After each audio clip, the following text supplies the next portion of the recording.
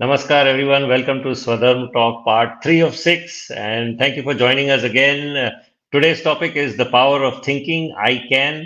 We're trying to create a process for a balanced life in a VUCA world. And we have the author of Born to Win, Rotarian Ramkumar Seshu, who's going to take us through this. This is the third in a series of 6. We're going to be on every morning here from 7:45 to 9 a.m. We have a platform that we're using which is not Zoom. So for those of you who are joining us for the first time, you will be able to interact with us. You will be able to ask your questions. You will be able to comment, and this program will be available online even after it is live. So you can watch it on Facebook, on LinkedIn, and we can send you the links even after the program is over. There is a WhatsApp group for those of you who have registered with us to ask your questions even during the day when the time slots open.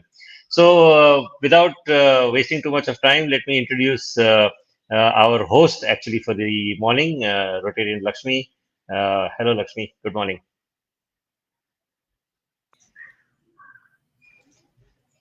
Yes, Lakshmi. Yeah. Good morning and namaste from Bangalore. This is Varlakshmi Balaji, and I would be the host of this program, Swadharma, creating a process for a balanced life in a VUCA world. I welcome you all, the Rotary fraternity, our friends and well-wishers, and everyone who has signed up for this wonderful program. This is a six-part in-conversation speaker session rendered by Rotarian Ramkumar Seshu, a business mentor and an author.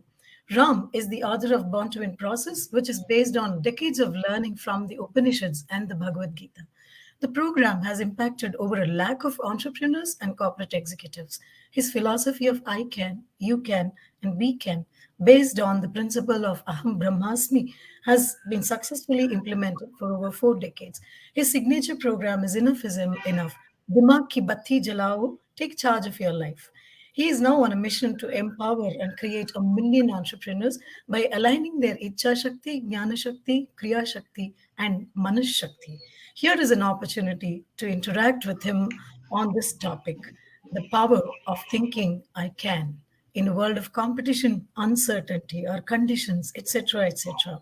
It takes a lot to get there, to believe that I can. And here is Rotarian Ramkumar Seshu to take us through this journey and create a process. Over to you, Rotarian Ramkumar. Namaskar. Thank you very much, Sandeep and Lakshmi. Truly appreciate what you're doing for all of us and get this message across. Let me begin with a prayer to Krishna and ask him to bless all of us through this journey today and through the day and through our lives. Om Namo Bhagavate Vasudevaya. Yesterday and day before yesterday, we started this journey. On the first day, we talked about Swadharma. Swadharma, we talked about Dharma and then Swadharma. Dharma being defined as doing the right things righteously. And then we said Swadharma is to do what makes you happy. Okay, figure out in whatever you're doing, what are those aspects of what you do that makes you happy while making the whole world happy too, right? That is Swadharma. And yesterday we said, let's delve into what are the kind of conditioning issues that that hold us back in life. If you recall, we did mention yesterday that conditioning is all the inputs that you have gathered over a period of time in life. And it is these inputs that create your thought process and therefore your actions and your behavior and therefore the kind of results that you get. Now, conditioning, if you recall, we'd mentioned that it hits you at the most unlikely points of time. It's not that you go through life in a particular way. Just when you need it the most, it kind of comes and hits you, and you get just to give you a couple of examples. Some people were reaching out to me saying, "Give us some examples." You're making a presentation. You've done everything that you want. Everything is ready. It doesn't matter who you're doing the presentation to. But suddenly that self-doubt comes saying, am I good enough? Can I do this? Can I not do that? I mean, it is these kinds of inputs that come.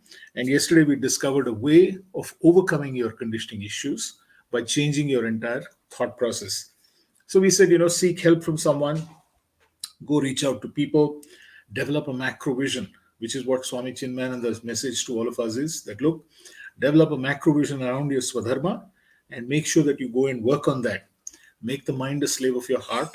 And we said, try and be a sthita prajna, handle the play of opposites.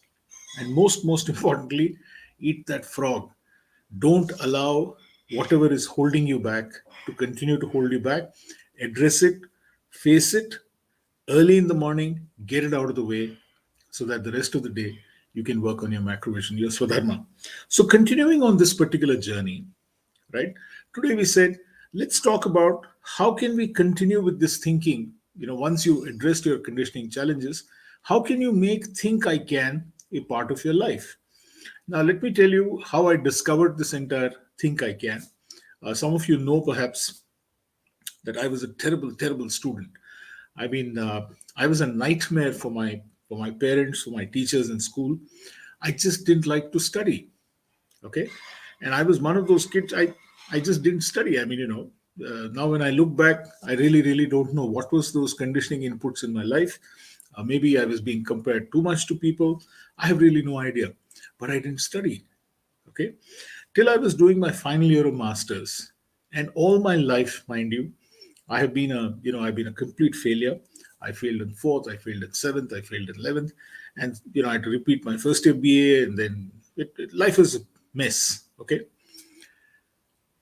till I came into my final year in the masters, and that was the time that my father, my teacher, and my professor in college, and Dipti, my wife now, and the person that I was seeing then, all three of them actually kind of told me that, look, you're doing a grave disservice to yourself by not living your life to your full potential. So, is there something that you can do by which you discover for yourself your potential? And here is the point.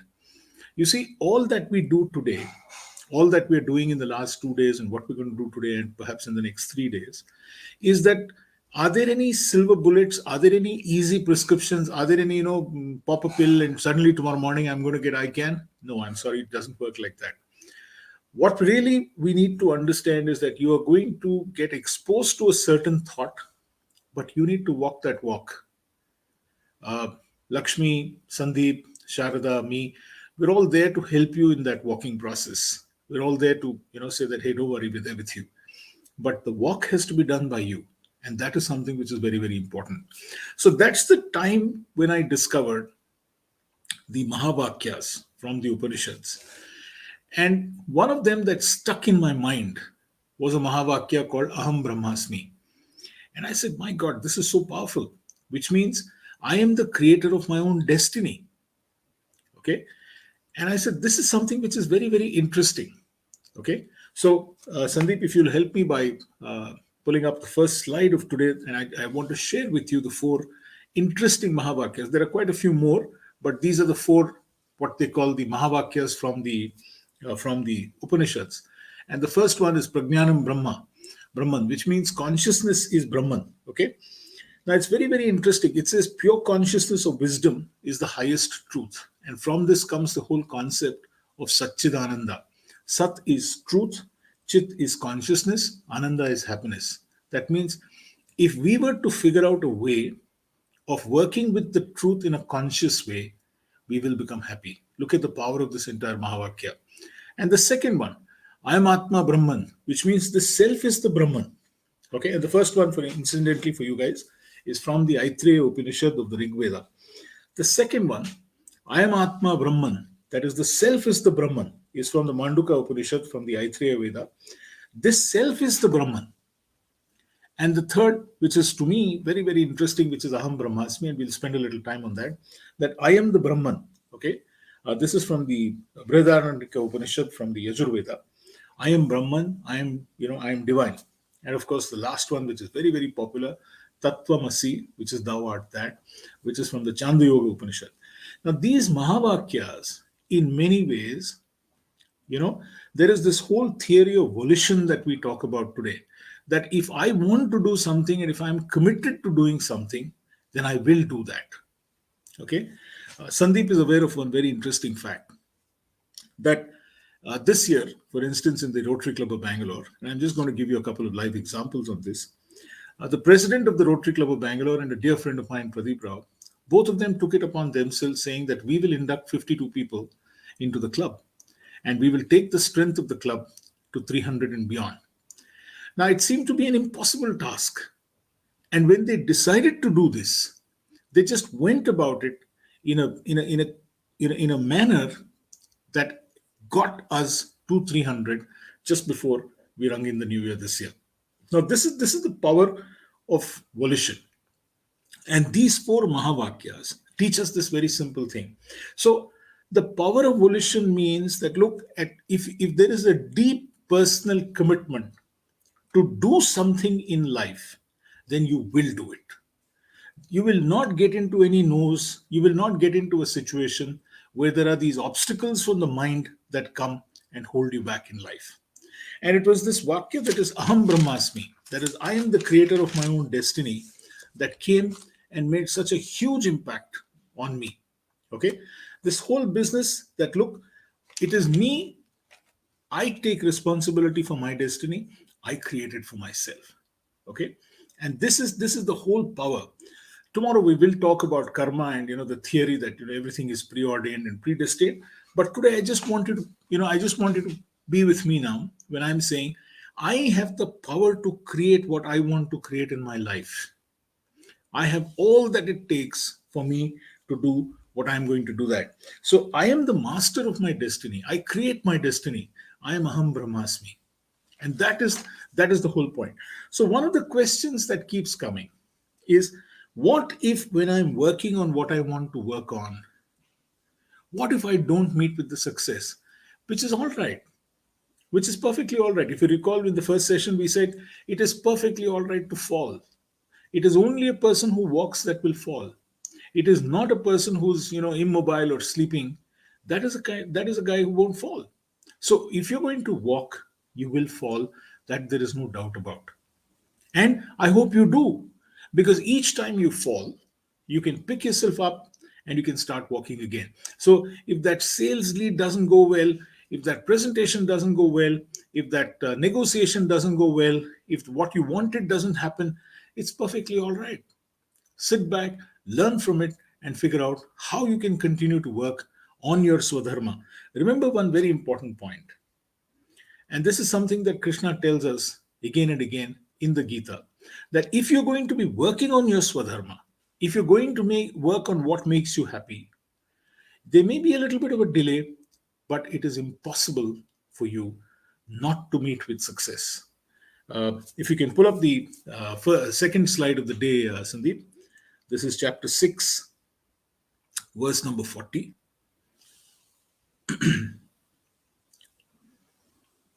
Perfect. Lakshmi, will you help us, please? Yes, definitely.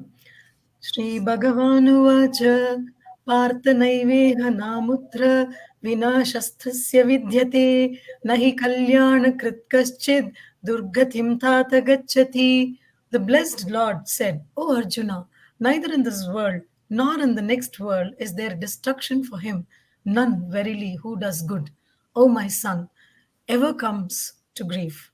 भगवान बोले, अर्जुन, उस पुरुष का न ही इस लोक में न ही परलोक में कोई नुकसान होता है। हे तात, कोई भी शुभ कर्म करने वाला दुर्गति को नहीं प्राप्त होता है। So just keep this. Look at what he is trying to tell us. If you are going to do what is good, which means you are doing what is the definition of good? I'm happy, the world is happy. Okay. If you're going to be doing something which is good, if some of you guys from the management world know the OK Choral, I'm okay, you're okay. Okay. All of these concepts really come from here. Now, the point is that if you operate with this I'm okay, you're okay concept, or if you operate with this concept saying I'm good, you're good, then the whole point is this, that you will never ever, you may find some obstacles in the way, which is fine, but you will never ever have a situation where you will come to grief.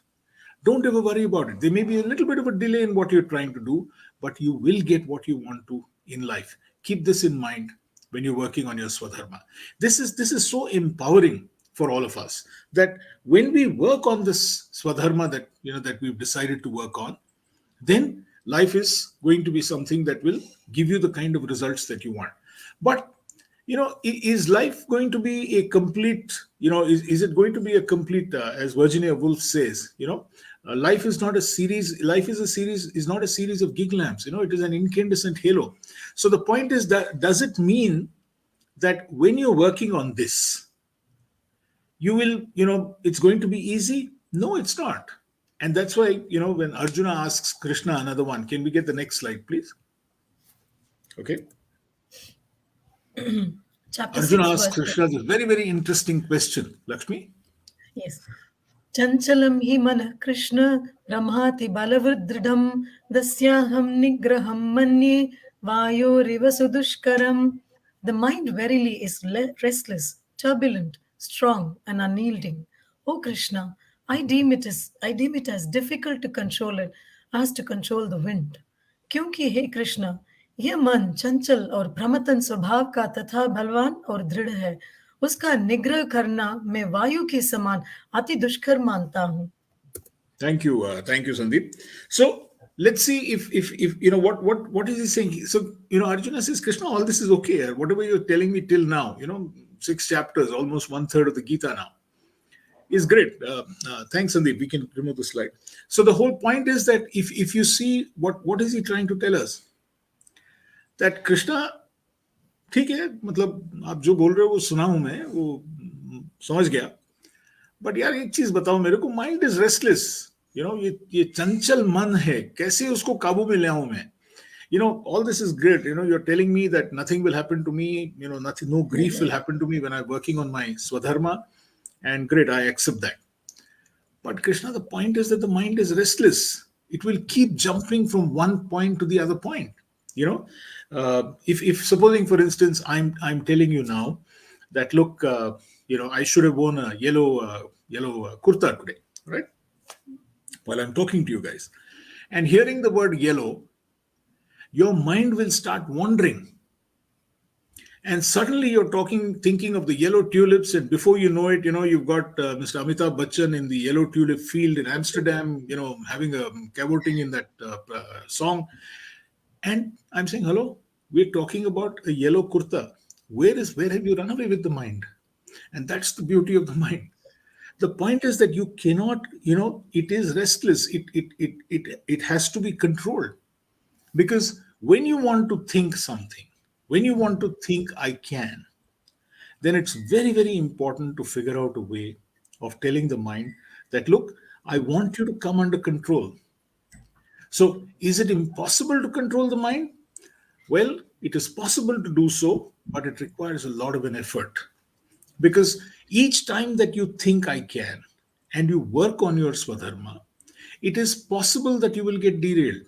It is possible that you will start getting those thoughts. It is possible that those inputs will come in your way and you will start moving away from what you need to do in life. It is absolutely, absolutely possible. And therefore, it becomes imperative for us to figure out a way of how we can continue to think I can, right? So how do we do that? And again, here is a very, very interesting shloka from the Gita that teaches us how do we continue to be on track all time in controlling the mind. Sandeep, if you help me, chapter 6, verse 36. Yeah, Lakshmi. Yes. असंयतात्मना योगो दुष्प्रापैति मे मतिः वश्यात्मना तु यतता शक्यो वाप्तुमुपायतः. I think yoga is hard to be attained by any one of uncontrolled self, but the self-controlled, vairagya, and the striving one, abhyasa, can attain to it by the proper means.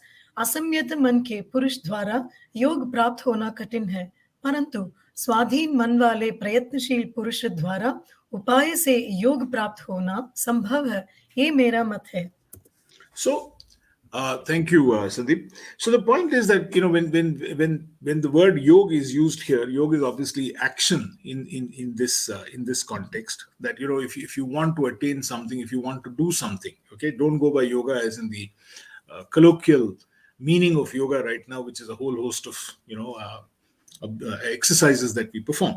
But when we're talking of yoga here, yoga is actually the kind of action that you need to make, right? So he says, look, if you have an uncontrolled mind, then obviously this yoga cannot be performed by you. But you can do it with a spirit of vairagya and abhyasa. And these are two very, very important issues that Krishna tells us. These are the enablers that we come up with. Vairagya and abhyasa. Listen, let's spend a minute on this. What is Vairagya all about? Vairagya is all about the ability to control what you're doing. Okay, is to be detached from all the other thoughts that come to haunt you while you're performing a particular action. Just imagine, let's look at the guys who are playing cricket right now, the Indian cricket team. The captain is not there, Virat Kohli, but the team is playing still. Now, just imagine if that team is going to be wondering and the batsmen are going to be thinking about all the other stuff other than batting right now. That is the self control that you require. They're not going to be successful, right? So, when we are doing some activity, whatever be the activity that we're doing, whether we are teaching, whether we are producing a part, whether we are selling a service, anything that you're doing in life, at that point of time, try and have this vairagya, this feeling of vairagya to cut off the clutter in life. There's too much of clutter that is happening. And if you can consciously cut out that entire clutter, okay, I have found people, for instance, when I'm talking to them, they're jumping from one topic to the second topic, to the third topic, to the fourth topic, to the fifth topic. And I'm saying, hey, just wait. Let's get down to one issue right now. Let's not keep jumping from one issue to the other. So how do you develop that vairagya? Very simple, right? Make a list of things that you need to discuss with somebody, or to make a list of things that you need to do, and just focus on that one. Have that spirit of vairagya to ignore the other three or the four that also need to be done, that are equally important. But let's finish this one and then move on. And how do you do that? Through abhyasa, which is practice. That if you want to get into this thinking of I can, if you want the power of I can to permeate through everything that you do, and it is possible, mind you, it is very, very important to practice these two things. Okay, because you all remember one thing: you always have two options in life, the soft option and the hard option. Like our friend Arjuna had. He had a soft option. What was his soft option? I will not fight. Matter over. Okay? And if he would have said, I'm not going to fight, maybe his brother, Bhishma was, I think, far more indignant about the fact that Draupadi was insulted. And he was far more, his ferocity was much, much more than maybe an Arjuna or a Yudhishthira. Maybe Bhima would have continued with the fight. Okay? Maybe the fight wouldn't have got over in 18 days. Maybe, these are all possibilities. We don't know. But you have that soft option which Arjuna had, saying, I will not fight, or I will not confront these demons of my mind. I will not confront all these other inputs that are coming and clouding my mind and taking me away from what I want to perform. That's the soft option. But the hard option is what Krishna tells Arjuna, that, my friend, you have a duty to perform. Your Swadharma is to stand up and fight. And he takes us through the entire 18 chapters of the Gita saying, you have to choose the hard option, my friend. There is no easy option in life. Remember one thing, my friends. If you take the soft option, then life becomes hard. If you take the hard option, life becomes easy. It's as simple as that. The hard option initially may be bitter to handle, maybe difficult to handle, maybe upsetting in the short run. You may need to confront a particular situation which you don't like. It may be a little unpleasant, but it doesn't matter. Take that hard option. You know why? Because if you do, then life becomes easy. So people have made this into a habit in their life, to declutter their mind from all the other stuff that they need to be doing by this whole principle of vairagya and abhyasa, and saying, look, let's focus on what needs to be done. Let's not worry about everything else, because there are far too many things that are coming in our life that that helps us keep jumping from one to the other. I keep telling people, don't build imaginary bridges on non-existent rivers. We're all the time trying to figure out, saying that, how can I build this imaginary bridge? I mean, supposing I first get to the place. Is there a river? Let's check it out, right? Maybe there's no river. Maybe the river is moved. Maybe the river is dried up. Why are you worried about, when I get to the river, let me build the bridge? Why won't you want to say that, look, let me first get to the river. Let me focus my actions now on getting to the river. And then let me figure out a way out of how can I build that bridge when I get to the river. Is it a big bridge? Is it a small bridge? Is there somewhere else to cross the river? All of those options that come to us. Keep this in mind. So, if you want to think I can, it is important to make both these aspects a part of our life, Vairagya and Abhyasa. And this is Krishna's message very clearly to us, saying that look, if you want to continue to keep thinking I can, then these two issues are very, very important. So, to go back to that example that I talked about way back in 1982, one of the things that kept haunting me while I decided that, okay, I'm going to put myself and I'm going to study and I'm going to do something with my life is one of the things that kept coming again and again and saying that, look, you've never done it before in your life. You and studies, well, they don't get along together. I had to keep that thought aside. I had to park that thought aside. And the abhyasa that I had to do for someone who never entered a library in his life, never. I started going to that library in the Bombay University and started spending something like 12 to 14 hours in the university because I had to study harder than everybody else. And for the first time in my life and the last time, I managed to score 68% in the second year of MA, which is very difficult because normally people score well in the first year and they make up for a bad second year. Here, I had a bad first year. I got 52%, and I had to make it up by scoring 68% in the second year, and I got an overall first class in my life. Vairagya, Abhyasa, the power of thinking I can. And that is how you can define your life and do whatever it is that you want to in life. So the situation that we are finding ourselves in today, this pandemic, and those of you who are in Bangalore would have heard last night that we've got a weekend curfew again. The government is doing all it can to help make sure that we're all safe, we're all protected, and that we don't go through the trauma of the second wave and the first wave that we all went through, where A, we lost so many people, and B, we had so much of trouble getting a bed and medicines and medication and oxygen and all that traumatic time that we went through. I think the government is doing what it thinks is the best thing to do. As a group of people, I think we should respect that and we should say, okay, let's cooperate with you and try and see how we can ride this wave. I hope it's not going to be a wave, but if it does, what do we need to do? But having said that, we have a great opportunity to reboot our lives. And as we reboot our lives, one of the issues that I find a lot of entrepreneurs are facing right now is this. There are tremendous opportunities available in the market, and there are tremendous challenges in the market. How do you handle these opposites and figure out a way of moving forward is going to become the biggest challenge that all of us will face. So when you start thinking, I can, that is when you will overcome your challenges and capitalize on the opportunities that are available to you. Keep this in mind, right? Both of these are going to help us in life.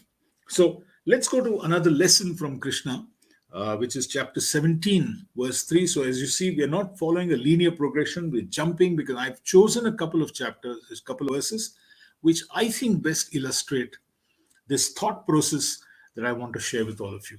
Lakshmi?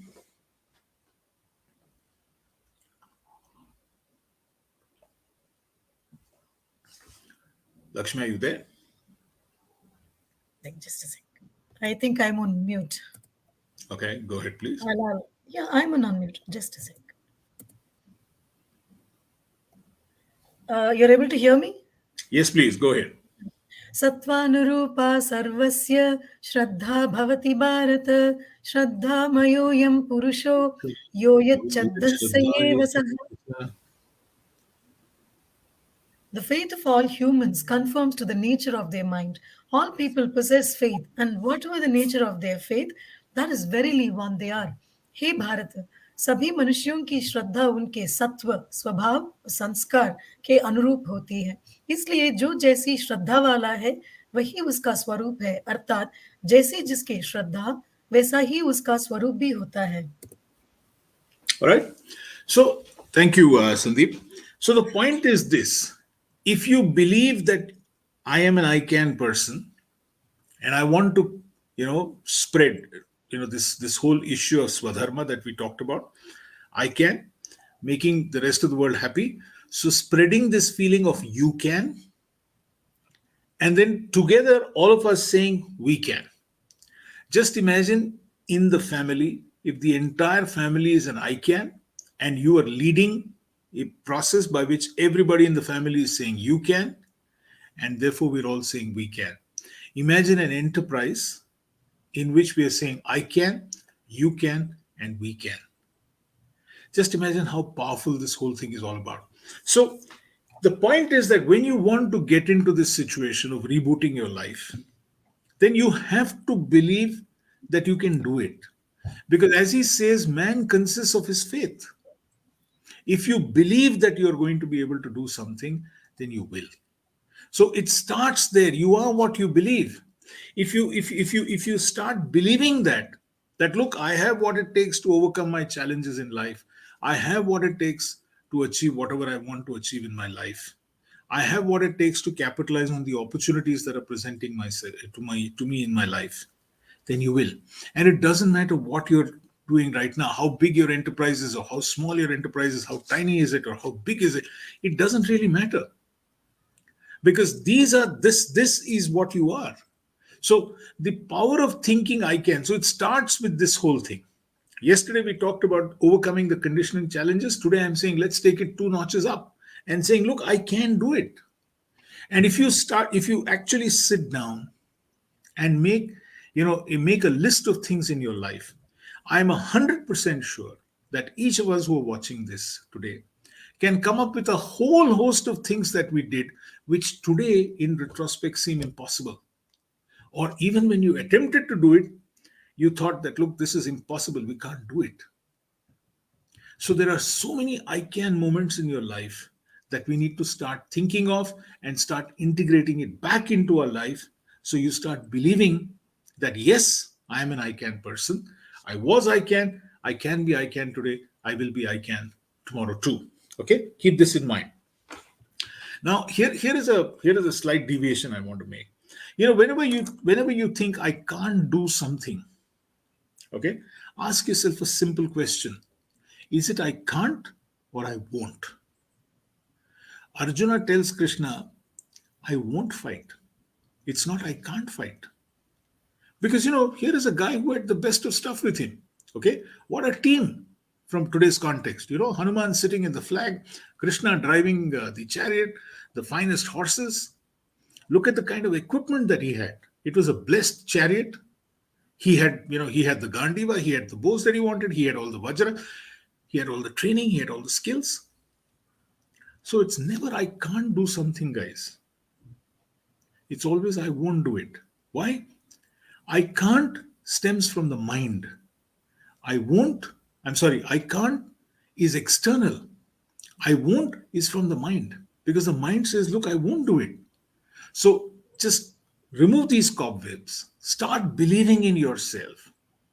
And one favor that I'd request all of you to do is just tell whoever you meet today, in your family, in your enterprise, in your business, in your Rotary Club, and wherever you are, in your round table or your 40 manas or whatever it is, just keep giving people this confidence that, my friend, let me tell you, you can do it.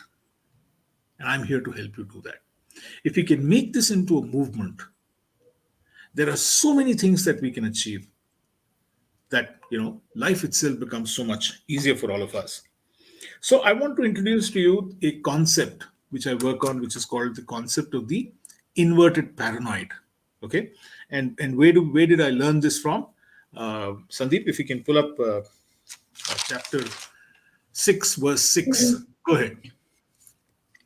बन्धुरात्मात्मनस्तस्य येनात्मैवात्मना जितः अनात्मनस्तु शत्रुत्वे वर्तेतात्मैव शत्रुवत्.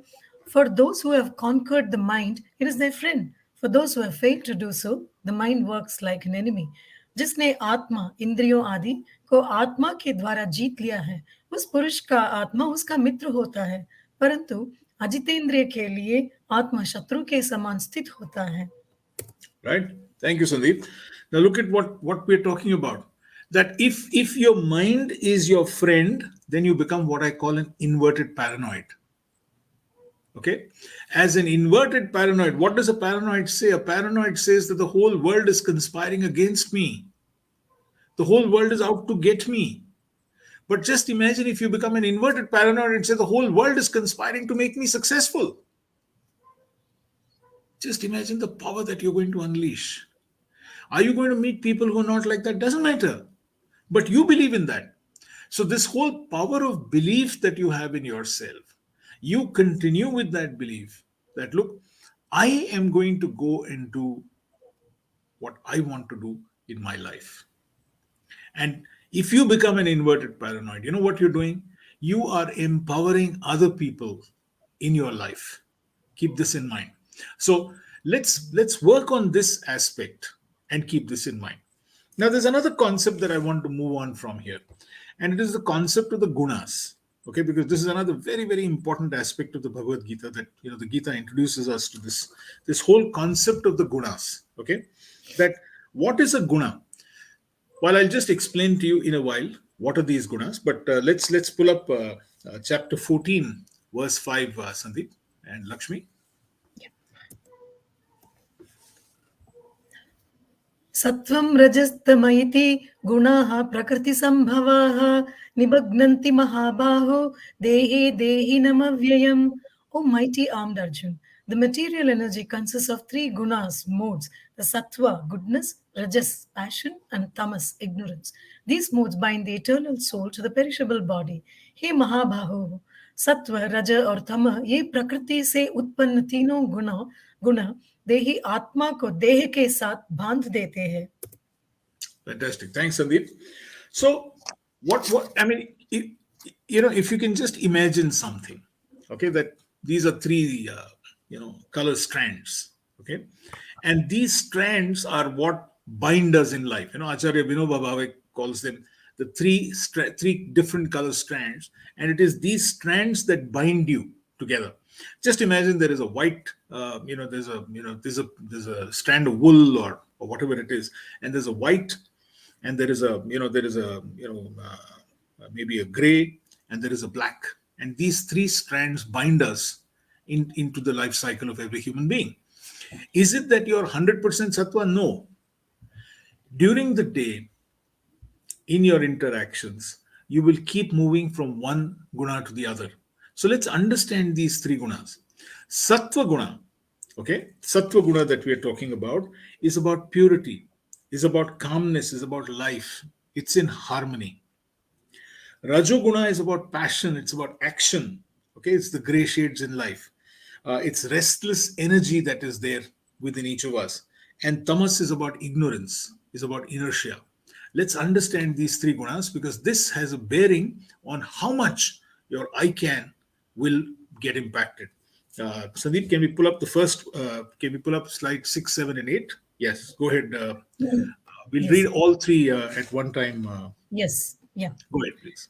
Yeah. Tatra sattvam nirmalatvat prakasha kamanayamam sukha sanghena badhnani jnana sanghena chanagha. Amongst these, sattva guna, the mode of goodness, being purer than the others, is illuminating and full of well-being. O sinless one, it binds the soul by creating attachment for a sense of happiness and knowledge. हे पापरहित अर्जुन, उन गुणों में सत्व गुण निर्मल होने के कारण प्रकाशक और निर्विकार है.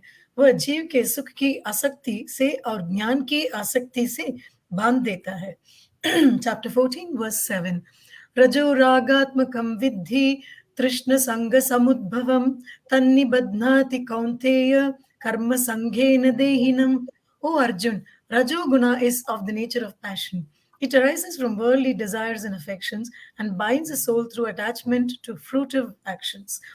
हे कुंती नंदना, तृष्णा और आसक्ति को पैदा करने वाले रजोगुण को तुम राग स्वरूप समझो. वह कर्मों की आसक्ति से देही आत्मा को बांधता है.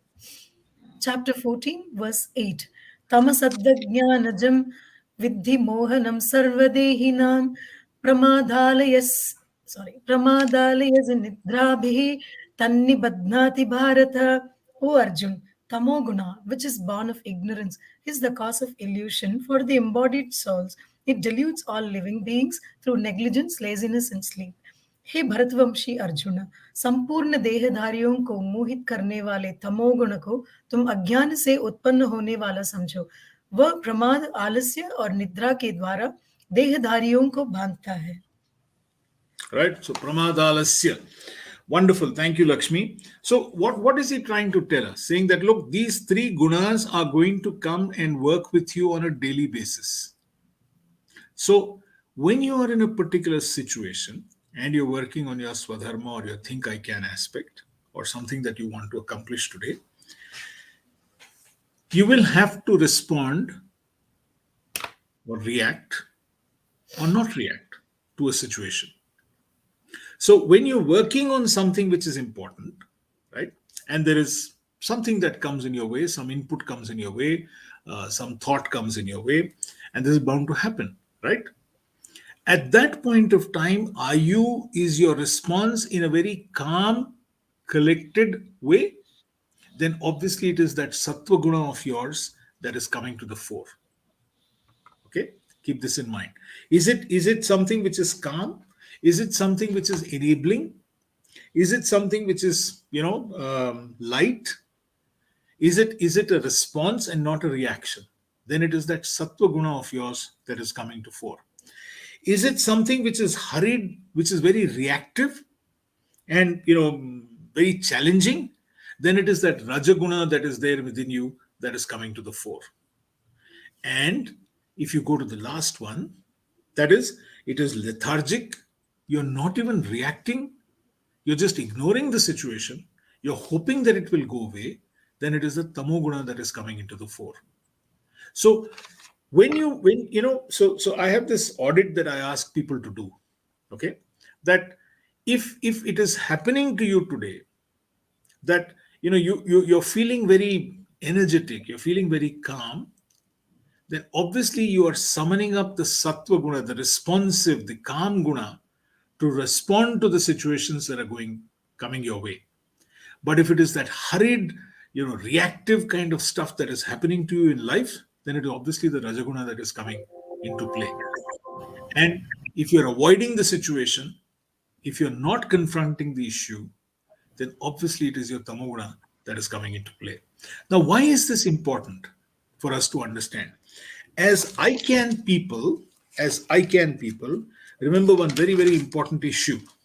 Okay, as I can people, you need to figure out a way. Of overcoming these gunas and helping these gunas to take you forward. Why? Because you need to become what I call a lighthouse. And for that, let's look at chapter 3, verse 21. Yes. यद्यदाचरति श्रेष्ठः तत्तदेवेतरो जनः स यत् प्रमाणं कुरुते लोकस्तदनुवर्तते. Whatever actions great persons perform, common people follow. Whatever standards they set, all the world pursues. श्रेष्ठ मनुष्य जो जो आचरण करता है, दूसरे मनुष्य वैसा वैसा ही आचरण करते हैं. वह जो कुछ प्रमाण देता है, दूसरे मनुष्य उसी के अनुसार आचरण करते हैं. Right? Thank you so much. So what are we saying? If you because of the interplay of the gunas, and for those of you who are interested, please go through chapter 14, please go through chapter 17. They're full of, they're beautiful. I mean, the gunas have been broken down very well. If we do have the time, we'll try and see whether maybe tomorrow or day after tomorrow we take some of those learnings and bring them into greater play. However, Krishna's message is clear that he told us that you are what you believe, and now he's telling us a simple message: become a lighthouse. It is your Swadharma to become a lighthouse in life, because if you become a lighthouse, then you empower people. You empower the people around you. And how do you do that? By making sure that you control the response that you give to these situations that you are confronted with. So let us say right now you're in your enterprise and you're working and things are not going the way they ought to be going. or there is some challenge, there is a quality problem, there is a production problem, there's a delivery problem, there's a deliverable problem, there's a supply chain issue. Any of these things can be there in life. There can be a finance issue, there can be a bank issue, there can be so many challenges that we face. Okay? What is your response? Are you empowering your people by being a lighthouse? Are you giving a response which is more sattva rather than rajas or tamasic? Rajas, as I said, is very reactive, okay? Is very confrontational. You're not going to get anything from that. You may get something immediately, but it's not going to be a long-term sustainable action. Or tamas, just hoping that it will go away, of ignoring what is going on, again, is not going to help you in life. You have to have that calm reaction that is going to go on and help you to get what you want to do. And why do you need to do that? You need to be a lighthouse. Okay, so what do we need to do to become a lighthouse? Let me tell you this. You need to move above, you need to go and move up on the accountability ladder. And this is what Krishna keeps telling Arjuna, okay, that initially he talks to him about the things that you need to do to move up that accountability ladder, from karma yoga to jnana yoga to bhakti yoga. And he says, look, if you don't move up the accountability ladder, then you're not going to get what you want in life. So to think I can is one thing, but you need to keep moving up the accountability ladder. And what is this accountability ladder that I'm talking about? At the base of the accountability ladder, at the base, is a very tamas attitude that you can have in life. Now, what does it mean? You're unmotivated, you're not doing what you need to do, you're just going through the motions of what needs to be done. And that is the tamas ladder that you're doing. You're just going through the motions of what has to be done in life. And you're not going to get anything that you need to do. Okay? You're just leading life. You're just going from one point to the other. So if you have some of your people in that, just recognize this and say, okay, how do I move this guy up in the accountability ladder? The second step of the accountability ladder, the first is not doing anything, which is at the bottom. The second rung, the first rung or the second rung, is the responsibility rung, which is where you're doing something, but you're doing what is possibly told to you to do. And that, I believe, is what I call the lower rajasic. Okay, the lower rajas, which means I'm telling you to do something, you go and do it. Somebody tells you to do something and you're doing it, but you're just doing what is told to you to do. And that is the lower rajas, right? Which is the responsibility level is there. Nothing wrong in that. We need a lot of people to do what they're told to do. I mean, if you have a driver or if you have a cook, right, then obviously you need to tell them what to do. And we need a lot of those people also in life. The third level is what I call the ownership level in the accountability ladder. And this is what I call the higher rajasic. How do you distinguish between the lower and the higher? Very simple. This is a person who's doing what is expected of him or her. So when you do what is expected of you, then you're into the higher rajasic mode. So from just doing, you're also getting into a think and do. And you recall what we talked about in the conditioning ladder yesterday. We said when you think and you do, that means your action and your behavior. Okay? Your behavior and your action, you think and you do, is what you're getting into. And the highest in the accountability ladder is moving up, getting onto the accountability rung. Now, the accountability rung is a very important rung. That is the point when you're doing outcome-focused activities. There are no no's, there are no excuses here. And this is the rung which comes out of a sattva thinking. That, look, I will take accountability for what I do, which means the equation from just a doing, which was lower rajasic, to a think do, which is higher rajasic, now is feel, think, and do. Feel, think, and do. Okay, and this is what is encapsulated in the entire Gita. There is this whole Western philosophy on this think, feel, think, do equation, and that obviously has, I think, been borrowed from here. So when you feel, where do you feel from? You feel from your heart. When you think, where do you think from? The mind. And when you do, it is action. And obviously, when you feel for something, you think it through, and then you do it, then the results that you're going to get or the outcomes that you're going to get are what you're looking for. So there you have it, guys. If you were to move up the accountability ladder, and if you were to turn around and say, look, this is something that I want to do, then your I can quotient is high. Because if you think I can, then you will. Remember this. If you think I can, then you will. So to think I can, bring this into the mind. Okay, that I need to move up the accountability ladder. How do I move up the accountability ladder? I need to feel what I want to do. Then I want to think it through, and then I do that. So if I move on that equation, not just going through the motions, not just doing what is told to me, not just doing what is expected of me, but doing stuff by which I take accountability for the outcomes that I need to perform. And that is when Think I Can becomes a part of your life. Right? We've been through some very interesting learnings today. The first, I am the master of my destiny. I create my destiny, aham brahmasmi. Okay? And then we went through the second one, that your Swadharma, when you work with your Swadharma, it will never fail you in life. Keep this in mind. There may be a delayed response, but it is never going to be a failure in your life. Keep this in mind. And the third, we said, take charge of your mind. Okay? Make vairagya and abhyasa the enablers in your mind. Because these are two things that are very, very important. Vairagya, cut the clutter of life. Abhyasa, keep doing what works for you, and you will get what you want to in life. And that is how your I can quotient will go up.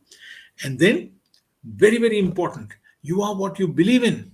So start believing that you have got greatness in you.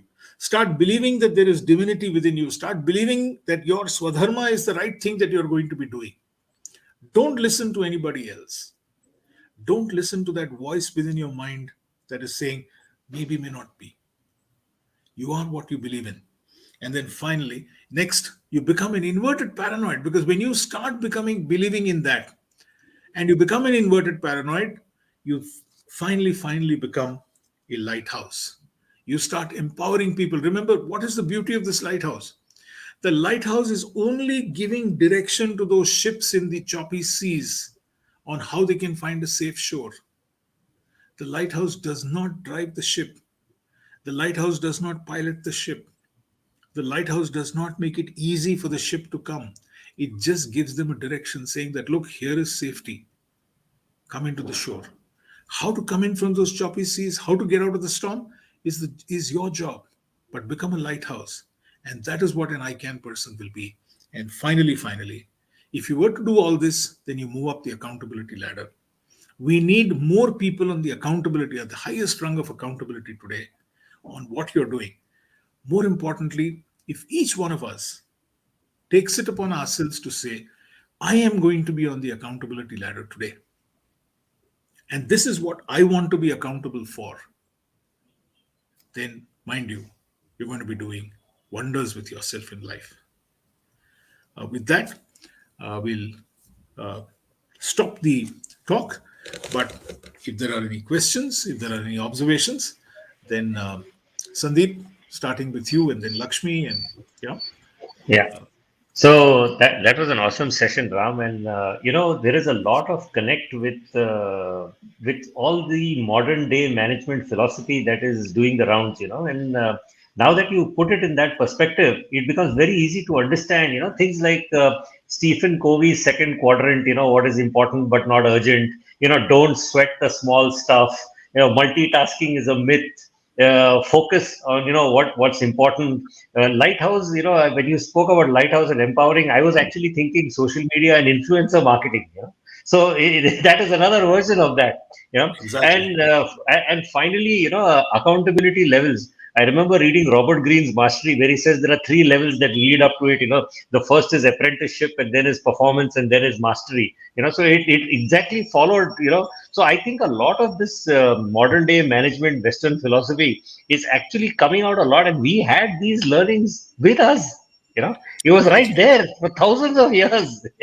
And when you said that you need to have the mind under control, a lot of times I earlier used to think that meditation is for religious people. So there's like some spiritual mumbo jumbo and all, but it's actually like yoga for the mind. I mean, if you, like you rightly said, if you can't control the mind, then everything is going to go down the drain. So yeah, thanks for bringing that perspective in. It suddenly puts everything in a holistic manner. So wonderful. Thank you for that. Thanks, Sandeep. Actually, just to respond to what you're saying, one of the seminal books in English is a book called As a Man Thinketh. Very difficult to read because it was published somewhere in 1904 or 1905, something like that.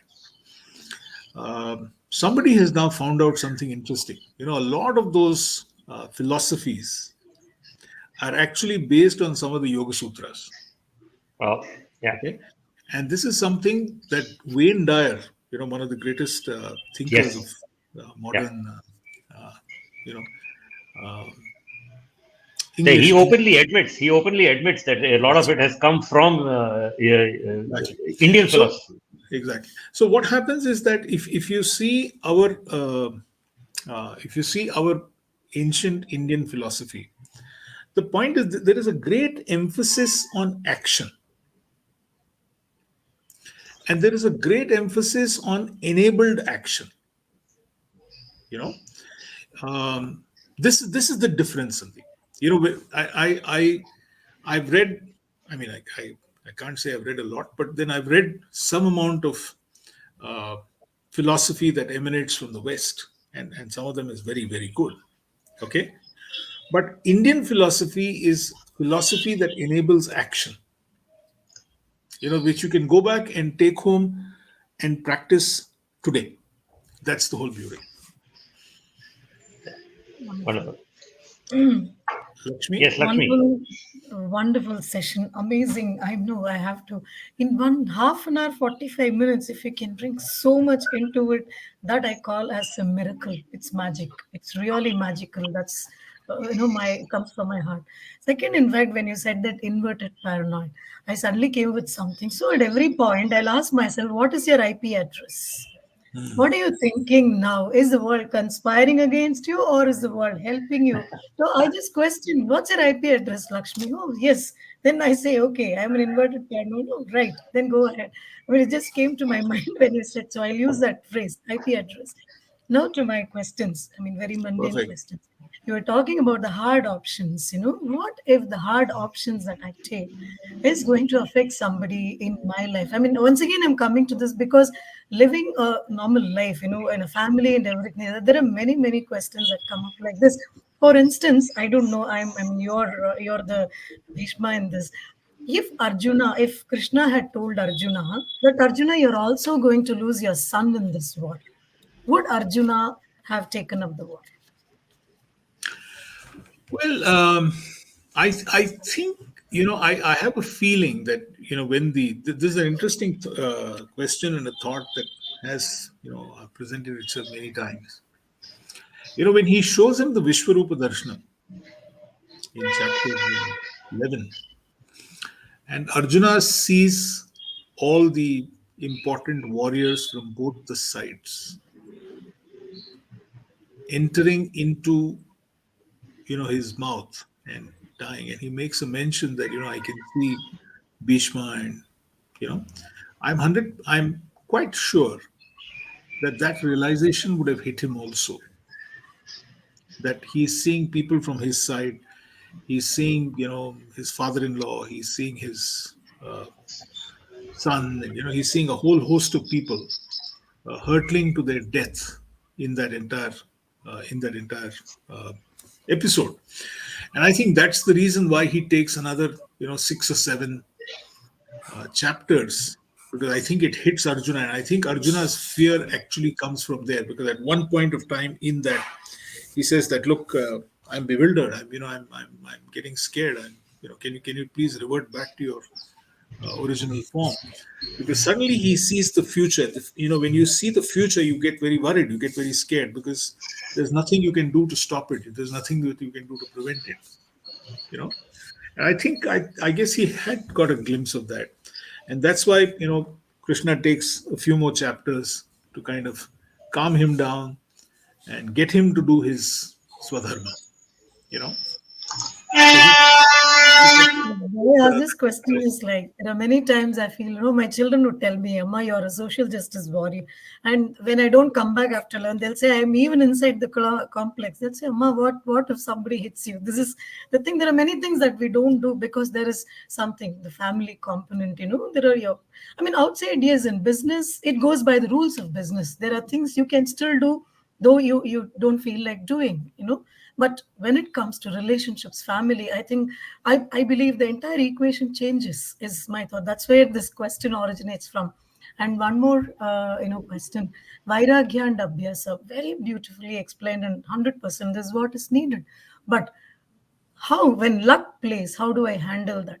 There are so many, why the world is, this is once again my belief, why the world is only hardly 5 to 10% are there. And the others, there are so many people with everything, all this vairagya, abhyasa, but there is one luck component that has traveled all through in their journey, they have not made up to it. So how do I handle this luck component? And how do I also convince my children to handle the luck component in life? So, luck is actually a very interesting concept. I believe when intense preparation meets opportunity, then luck happens. Okay? Yeah. When intense preparation meets opportunity, then luck happens, right? A lot of times, for instance, the intensity of the intention, which is another subject that I keep talking about now, the intensity of intention is questionable. Okay, that intensity of intention is not there, and therefore people resort to saying that he's lucky, I'm not lucky, etc., etc. Luck is about winning a horse race or winning a lottery. That's not luck. I mean, that's just chance. Let's not even call that luck. That's a chance. Somebody went, picked up a lottery ticket, won a lottery ticket. That's a chance that happens to us in life. You go and bet on a horse in the race, and you win that race, or you go to a casino and you put your entire chips on one number, and wow, that number turns up that day. That's a chance in life. That's not luck. Okay. Now, see, for instance, there are so many families. Okay, without naming any families, you'll know what I'm talking about. You have two brothers in the same family. Okay, and they've got almost an equal kind of an inheritance, and one is able to build on it, the other is able to destroy the entire wealth. So is that luck? No, it's not luck. Okay, and it's not chance. This is the intensity of intention of one brother to take that enterprise to the next level was far, far more than the intensity of intention of the other brother. And we've got so many examples like this in our corporate life. Okay. Now, when you talk about social warrior, for instance, my sister runs an NGO in a place called Sangli. And, she works with extremely marginalized people.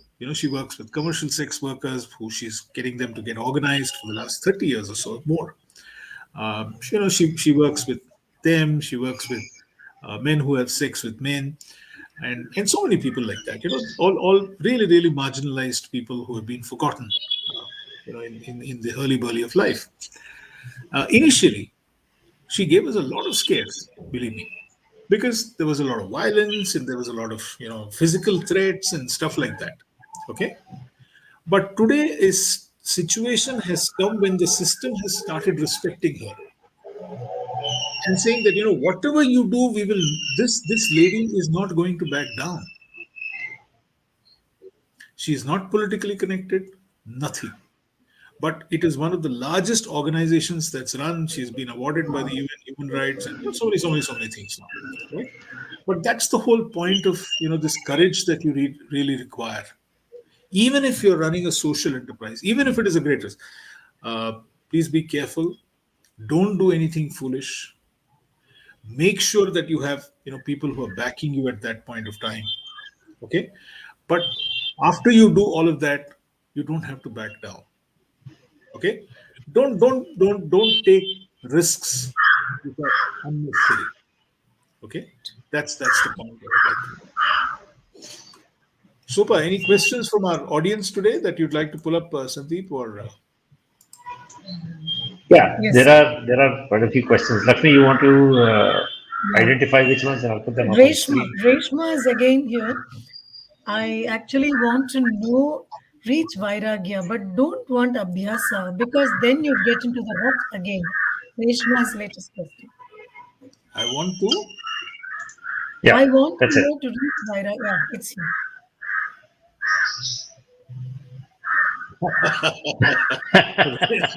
Yeah, that's interesting. Reshma, that's a very interesting question. It's like saying that, look, I want to make sambar today, but I don't want to add the salt. So Don't we all? Reshma, Is there I a think, shortcut?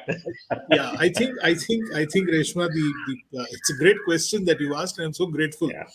And some of you, we will meet Reshma once, virtually or whatever. Great friend of ours. Reshma, you're absolutely right. The point is that the abhyasa that you need, no Reshma, is to get your vairagya to work with you. Okay, this abhyasa is to get your vairagya to work with you, Reshma. The point is, how can you get out of that? How can you declutter your mind? How can you make sure that your mind is not cluttered? How can you make sure that your mind is not multitasking? Okay, that is the abhyasa that you require, Reshma.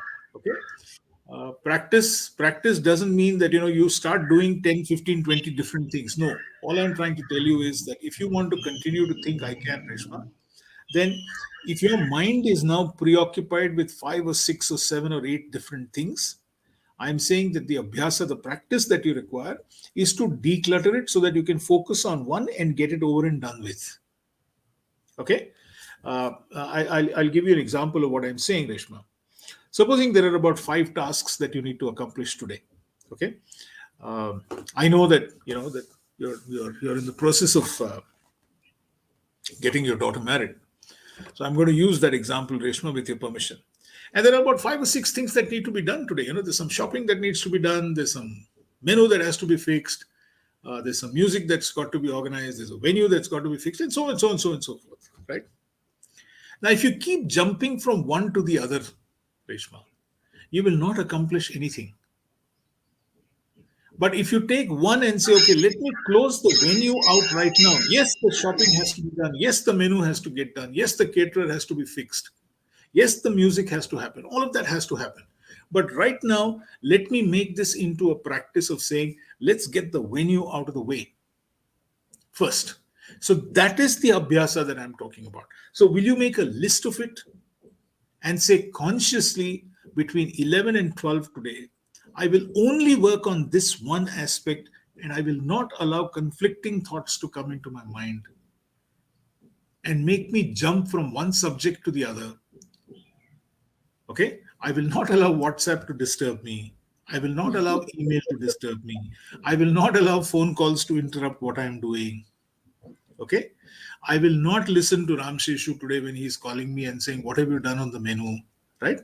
I will not do that. I am going to focus all my attention and get this one task completed right now. Now, that is the abhyasa that you require, Reshma. Okay, so that you can get into this vairagya of decluttering your mind and getting what you want out of the way. And then move to the second one, and then move to the third one, and then move to the fourth one, and then move to the fifth one. And I'm sure that by the end of the day, all the stuff that you want to do will get done. This is the point of vairagya and abhyasa. Thank you. The next one is Muralidharan Margabandhu. Which one of the two is more powerful, fear or self-doubt? Neither. From a powerful perspective, neither. But I'll tell you what is worse is self-doubt. Okay, because self-doubt creates the fear in you. Okay, this self-doubt, this whole issue that, look, can I do something, is the origin of the fear. But both of them are not powerful. Both of them, Murli, can be completely controlled and done away with. But if you're asking what is more of a challenge between the two, fear or self-doubt, then I would say, Murli, it is self-doubt, because that is the origin of fear. Okay. Just imagine there is this young kid or child or whatever it is, 9th standard, 10th standard, going up to speak on a public podium for the first time. Obviously, there is that amount of doubt, that will I be able to do it? Will I be able to address this audience? Will I do what I need to do? Okay. Now, if you don't handle that self-doubt at that level and assure that child, saying that, look, you practice your speech, which is abhyasa, and the vairagya, don't bother about the reaction of the audience. You go and deliver the speech to the best of your ability. If you don't do that, then you get into a fear situation. And what is the fear situation? You go up on stage, or you're pushed up on stage, you've got sweaty palms, and your knees are shaking, and your legs are, your hands are trembling, and the paper is going all over the place, and the mic is falling off, and and then after that, you get into this fear of public speaking, and you say, I will never speak again in my life on a public platform. So yes, Murli, thanks for that. It starts with self-doubt, which then very quickly escalates into fear. But neither are powerful, both can be handled. That is the fact. The next one is from Balaji Manu. Accountability is many times misunderstood. Yes, is there. Yeah, absolutely, Balaji. That there is no doubt about that. That we keep we don't understand this whole business of accountability, Balaji. Okay. The point is that what is the whole purpose of accountability? If each of us can take accountability for ourselves first, forget the rest of the world. Okay. If you can take accountability for yourself, which is, I need to do what I need to do to make sure that the outcomes that I want to get, I get as per my Swadharma, which is make me happy, make the world happy. Okay. Make me an I can person, make the world a you can person, make the world a we can person. Okay. It is this that we need to focus on, right? A lot of times people think accountability means something different. You're completely right. Accountability is to yourself first and then to the rest of the world. Okay. If we can get this concept in, I think we've understood the rest of it very well. Okay. In the entire Gita, if you read it very carefully, other than in the beginning when Krishna says, what will the world think of you? Okay. In the first, in chapter 2, in the first 2 verses, when he says, what will people think of you? Yeah, they'll think that you're a coward running away from here. Okay. But after that, throughout the examples that he gives Arjuna, whatever he shares with Arjuna throughout is about Arjuna moving up the accountability ladder. And gradually he moves him up that ladder, from no action, which is I won't fight, to the last one, which says I will fight, which he says in chapter 18. When Krishna says, are you sure you will fight? And he says, yes, I will fight. And that's why at the end, Sanjaya ends by saying that wherever there is Krishna and wherever there is Arjuna, victory will be there. Okay. So it's important for us to keep this in mind that, look, you need to keep moving up that particular ladder. And only when Krishna is completely sure that accountability, that Arjuna will take accountability of what he does, that it's done. Now, there's a very interesting story, Balaji, that I'd like to share. It says that somewhere in the war, okay, in the heat of the war, Arjuna let Bhishma go. Okay. Because his, as I said, this conditioning is not easy. I mean, just because he's been explained the Bhagavad Gita, it doesn't mean, you're like one Superman, superhero right now. Okay. It comes to hit you at the strangest of times. Okay. Believe me, the fact that I have, I've not been very successfully from an academic perspective hits me. Suddenly I'm meeting one, IIM, person. Okay. And it hits me at that point of time saying that, hey, maybe I'm not as good as this guy here. This guy is IIT, I am, Harvard, whatever. I'm just a poor, postgraduate from Bombay University, and it hits me at that time. And then, I work on it and I come out of it and, life becomes different. It says that in the heat of the war, he let Bhishma go. So Krishna, who makes and as I said, these are anecdotes, these are stories, so take it at that. It says Krishna got so angry that he almost got down from the chariot to pick up a wheel and go after Bhishma. And that's the time when Bhishma puts his arms down and says, what more do I want? I mean, you are Narayana. This is the biggest moksha that I can get, yeah. Okay? And at that time, Arjuna falls at his feet and says, please forgive me. I will do what I need to do. So if you see in some of the paintings and some of the scriptures, some of the art pieces that you see, you will actually see Krishna on the ground and Arjuna falling at his feet. Okay, and that's the story. So you have to keep moving up, and this accountability is first to you and then to the rest of the world.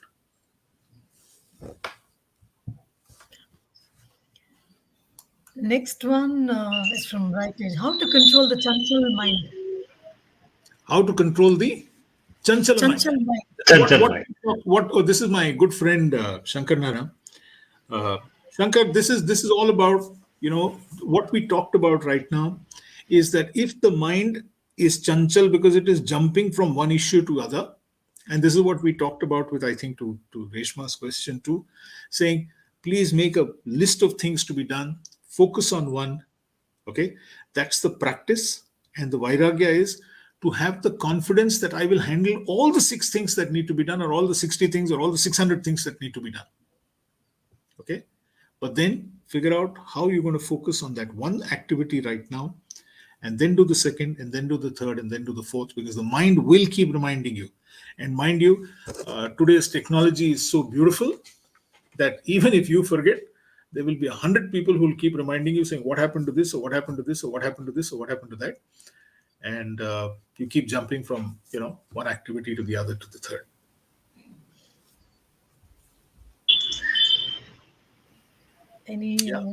Yeah. Okay. So I think that's just about all the questions. We have a lot of people who have joined us from different places, and just like to acknowledge them.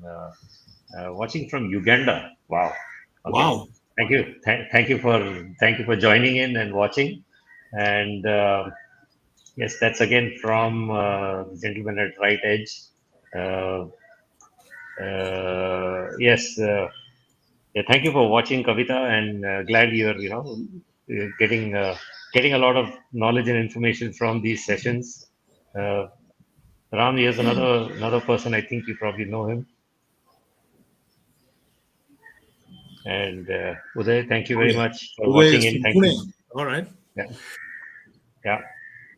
Sunil, nutrition breakfast for the mind. Yeah. We need to feed the mind too. Yes. Thank you so much, Sunil. Absolutely. Yeah. Yes. Srini. Yes, it is. Thank you so much. Srini is a great coach. Srini used to be the former head of Kodak India. Wow. Oh, okay. So he has something here to add as well. Yeah, absolutely. Then the next, correct. The Abhyasa and the Vairagya. Absolutely right, Srini. Yes. Thank you. Thank you for watching. And Vivek, hello.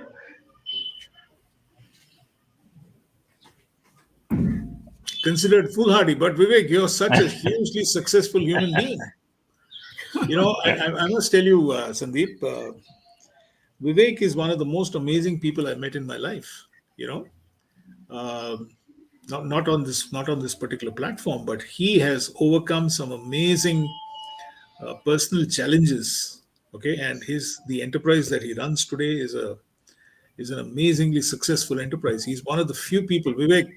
You're one of the few people. He, his brother, his partners, and whatever, they run one of the most successful enterprises who's actually grown during the pandemic. And you're ready to hang up your boots. Fantastic, Vivek. Time for golf. Come.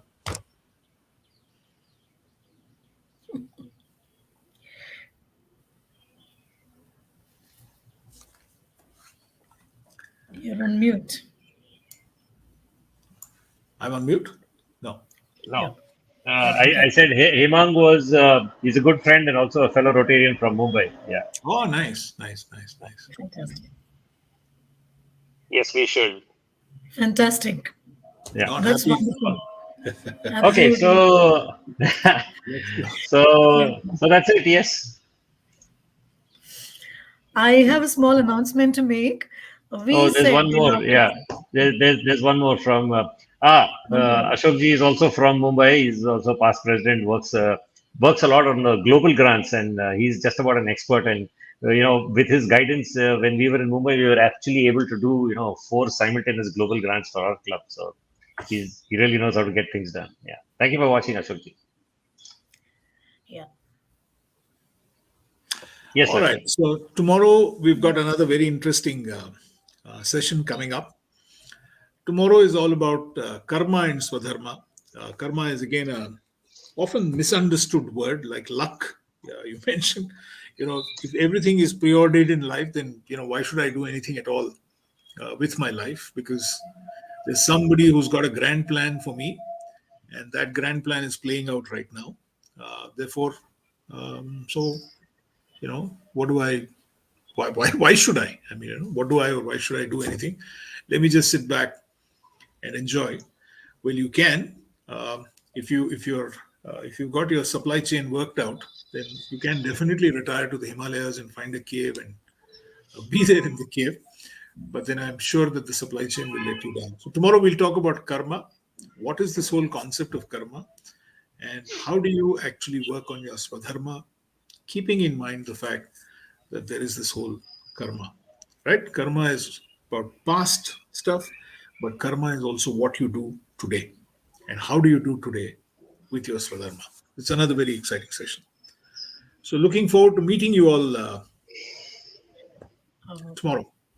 Before we wrap up, I just have a small announcement, Sandeep. We said we promised we'll have some contests going on.